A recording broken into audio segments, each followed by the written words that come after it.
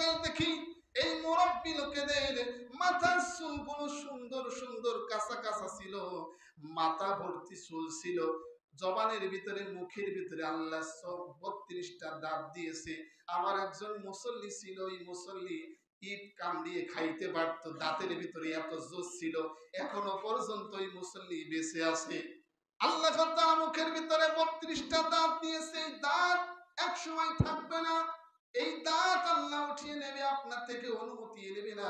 আল্লাহ তাআলা আপনাকে বলবে না বান্দা তোমাকে মুখ ভরা দাঁত দিয়েছি, দাঁতগুলো আমি নেব না, তোমাকে রেখে দেব, এই অনুমতি পর্যন্ত আল্লাহ নেবে না। আল্লাহ তাআলা ইসিয়ার সৌন্দর্য নষ্ট করে দেবে।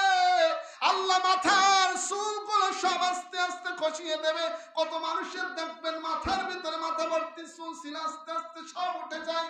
কত সুন্দর চেহারা ছিল, গায়ে কত যৌবন ছিল, কোন মানুষকে দেখলে মনে টকবক টকবক করে শরীরে রক্ত, কথা ঠিক কিনা? এই রক্ত এক সময় থাকে না, এই যৌবন এক সময় থাকে না, এই বল এক সময় থাকে না, এই শক্তি এক সময় আল্লাহ উঠিয়ে নিয়ে বুঝাইতে চাই বান্দা তুমি এক সময় এমন এক পর্যায়ে চলে যাবে, যেই পর্যায়টা তুমি এক গ্লাস পানি তুমি খাবে, এই শক্তিটা তোমার থাকবে না, কথা ঠিক কিনা? বান্দা তুমি চিন্তা করে দেখো, তুমি বাথরুমে যাবে বাথরুম করতে, তুমি বাথরুম একা একা যাইতে পারবে না, আরেকজনের সহযোগিতা লাগবে, কথা ঠিক কিনা?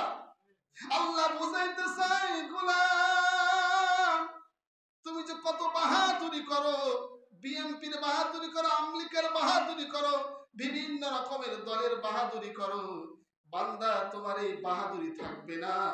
এই বাহাদুরি, এই শক্তি, এই ক্ষমতায়, অর্থবল, এই সম্পদ সবকিছু ধূলিসাৎ হয়ে যাবে।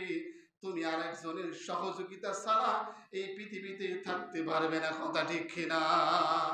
সুতরাং আল্লাহ বলে ইল্লা মান আতাল্লাহা বিকলবিন সালিম।